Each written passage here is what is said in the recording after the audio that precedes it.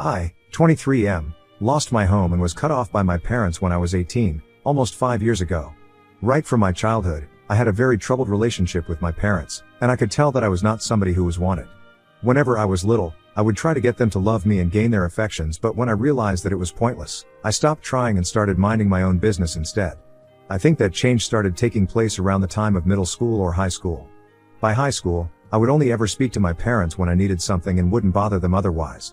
It was not that I did not want a relationship with them, it's just that they had made it so obvious to me that they did not want a relationship with me that I felt bad even trying to bother them when I needed something, even though I knew that I could not rely on anybody else, and I only had them. My dad was a pediatrician and my mom used to teach science in middle school, so they were both pretty good with kids.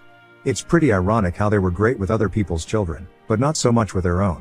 Anyway, by high school, I had decided that I was not going to bother by trying to win them over. We led very separate kinds of lives and I would barely even see them. My dad would come back from home pretty late, and even though my mother would come back home around the same time as I did, we would not talk to each other, we did not even have any and just stayed in our own rooms. I'm not even kidding, it was like sharing a house with strangers, to be honest. We had the absolute bare minimum of interactions, and that was it. I also knew that for college, I would have to find my own way because, on my 18th birthday, they had made it very clear to me that so far, they had been there for me because, well, it was legally necessary for them to do so.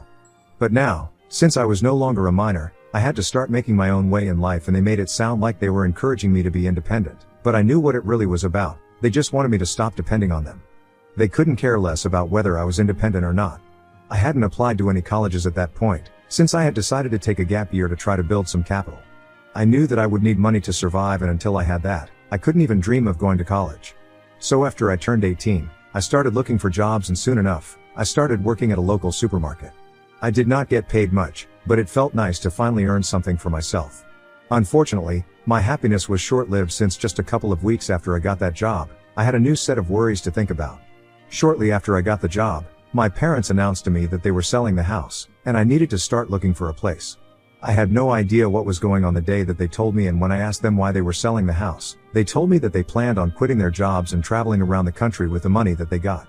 They told me that apparently, they had been saving for something like this their entire life, and now since I had a job and I was old enough to live on my own, they did not have any responsibilities to worry about.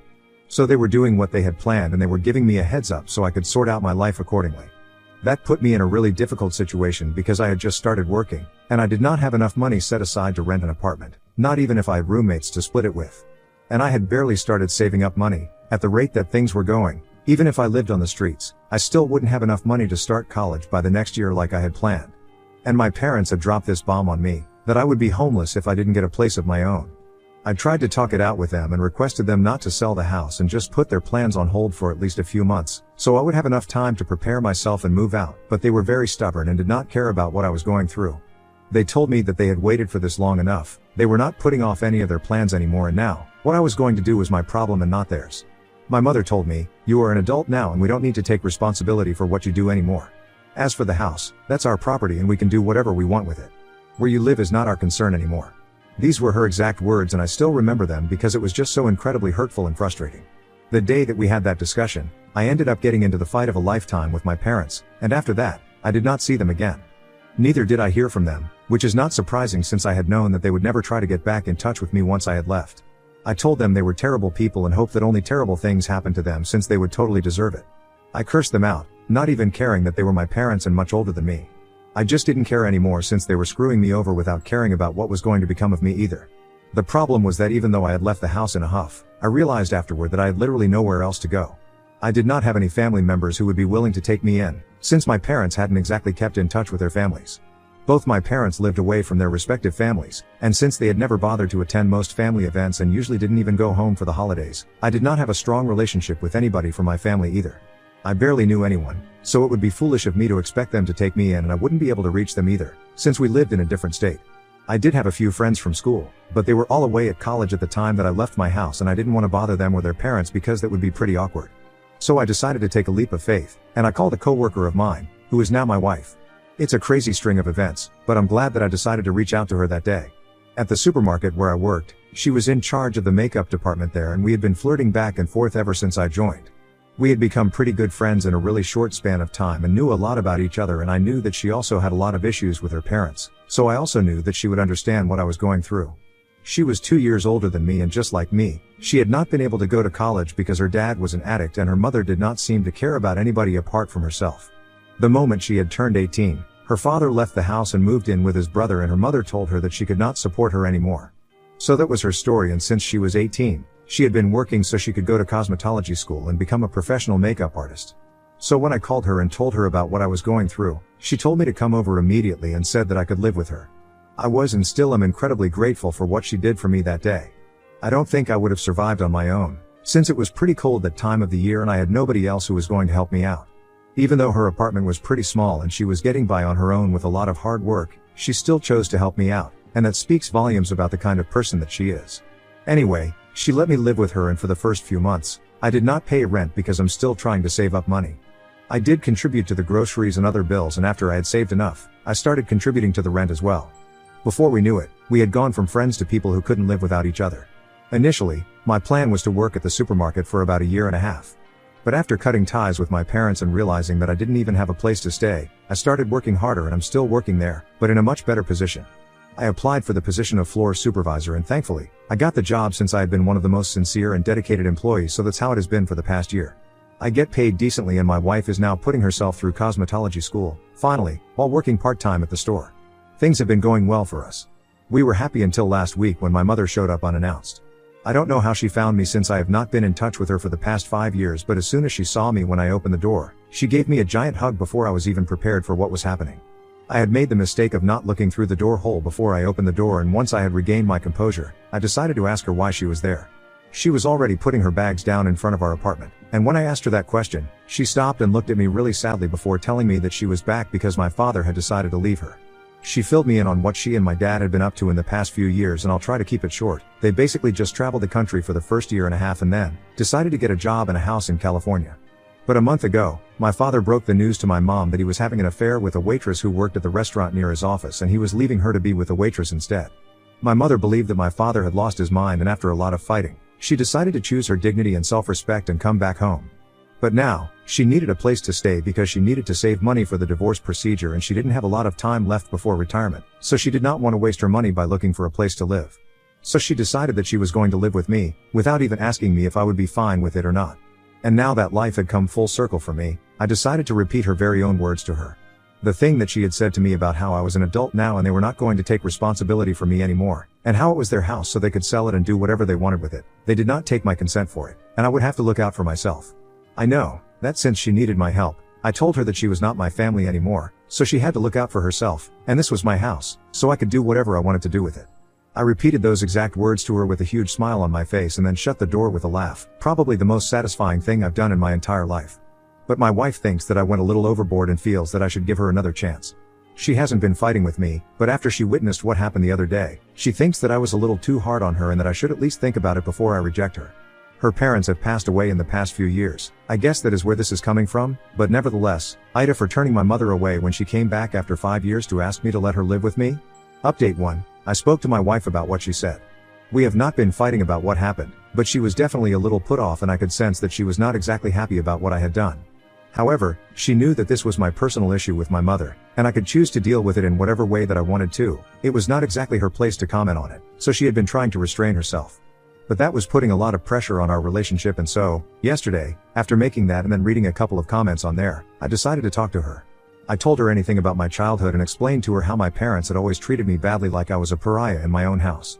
And I had even been okay with that. I always tried to make myself invisible, but even that was not enough for them, and they had to make things even more difficult for me, which is why I did not feel guilty in the slightest, by turning away my mother when she needed my help. They had not even bothered to check on me for the past 5 years now. She was only here she needed me to rescue her. I explained my situation to her, even though she knew most of what happened. She then apologized to me for reacting that way, and just as I had suspected, she told me that she was just having a rough time because she had lost both her parents in the past few years, her dad to addiction, and her mother to a heart attack. So she was feeling kind of touchy about this and she misjudged my intention, but it's all fine between us now. So I am glad that we talked it out. My mother, in the meantime, has been a total nightmare to deal with. I don't understand why, but she has gotten it into her head that harassing me through social media will somehow make me more inclined to open up my home to her. She had a very easy solution, just to apologize to me and hope for the best. But being the narcissistic moron that she is, she decided that she was going to do everything wrong and see how that works out for her. She started posting about how her son and her husband were treating her with unprecedented cruelty and stage of her life, and she regretted investing so much time in both of us. She accused me of being just like my father and abandoning her when she needed it the most, not even bothering to mention how she had literally the same to me, if not worse. She has created a fake profile and has been tagging me, my wife, and all of our friends and family in her posts.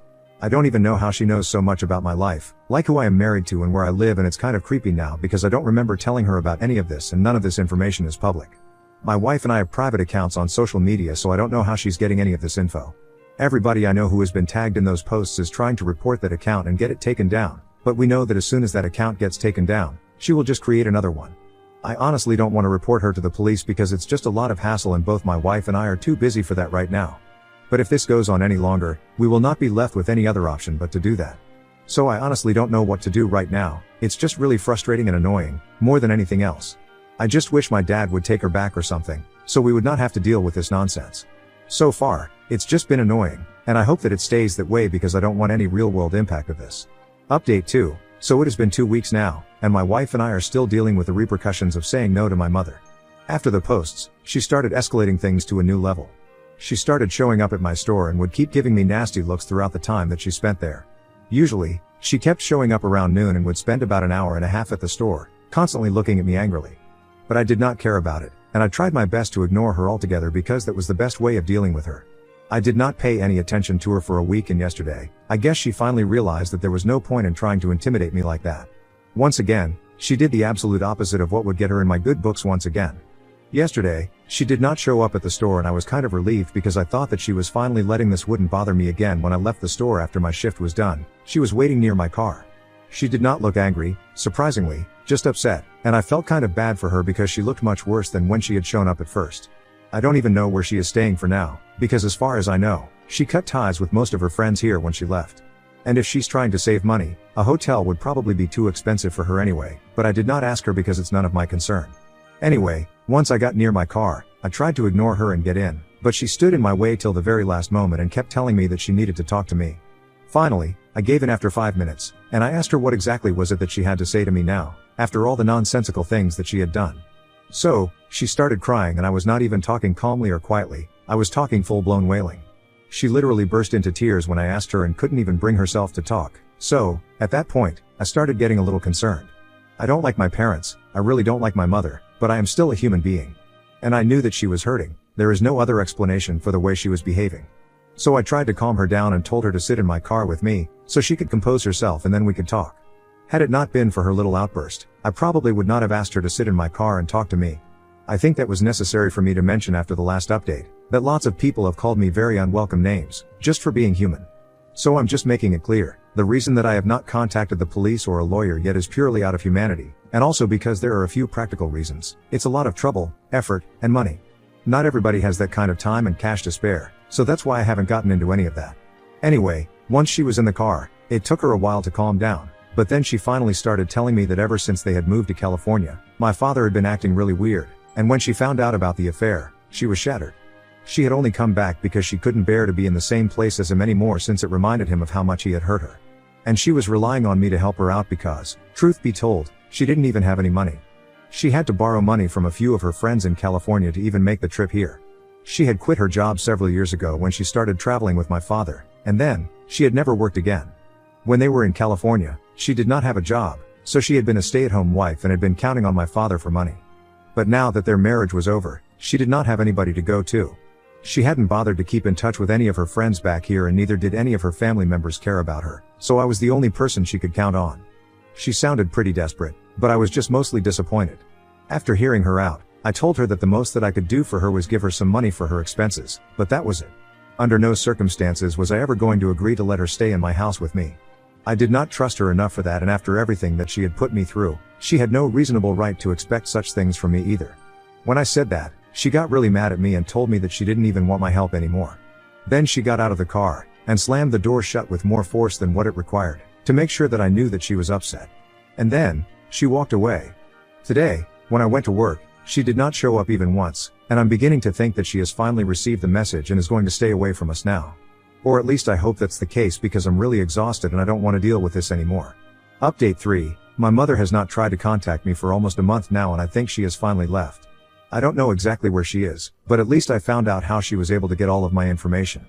I had an old account on Facebook, which I haven't been using for the past couple of years since I forgot the password to it, and I have moved on to a new account because there was no other way to get it back since it was associated with an email which I don't use anymore. So I started anew with this new account, but unfortunately, that last one was a public account, and I am assuming that that's where my mother got most of her information from. I had tagged my friends in their photos, which I had posted on that account, which is where she got those accounts from, and a lot of pictures of me in front of our apartment, and I hadn't bothered to censor anything, so I think that's how she found out where I was living. I didn't do anything about it because there was no point, since now she already knows certain things about me and I'm pretty positive that she will not try to get back in touch with me again. She has tried her hand at it and has realized that it is pointless, so she will not waste any more time here. I don't know what she is up to now because I haven't talked to her in quite some time and I really want to keep it that way. I don't want her to reach out to me at all. Do I hope that she's doing okay? Yes, of course I do. I am still a human being, above all else, and my personal grudges against her aside, I don't want anything bad to happen to her. But I don't want her anywhere around me, is what I mean. A few of her friends had reached out to me a couple of weeks ago, and they told me that after I had turned her down, she had reached out to them to ask for help, but they had not responded to her either. And there was no reason for them to do so either because she had snubbed them for so many years when it was they who were trying to talk to her and keep in touch. So now, when she needs them, they don't really need to step up as her friends.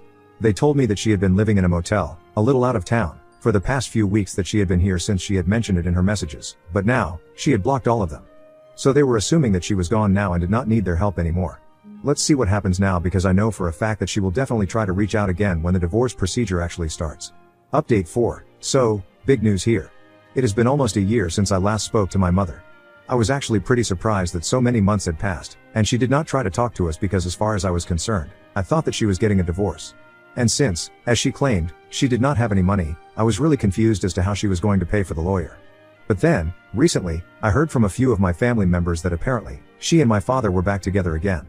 I was really shocked because my mother had been really torn up about how my father had betrayed her the last time that we met. And now, all of a sudden, they were back together. That just didn't make any sense to me. I had met a few relatives at a cousin's wedding, which is how I got to know this. My parents, like usual, did not attend. But I really wanted to know how exactly they had gotten back together, so I decided to speak to some of my aunts. Even though I'm not very close to them, I really wanted to get to know more of this gossip. And they were really good at this, so they told me exactly what had happened. Apparently, a couple of weeks after my mother had gone back to my father, she had given him an ultimatum and told him that he could either file for a divorce, since he hadn't done that yet, or she would do it herself, and she would make sure that she did not spare him in the process. Thankfully, for the two of them, my father had tried to talk to that waitress about marriage and had told her that he had left his wife for her.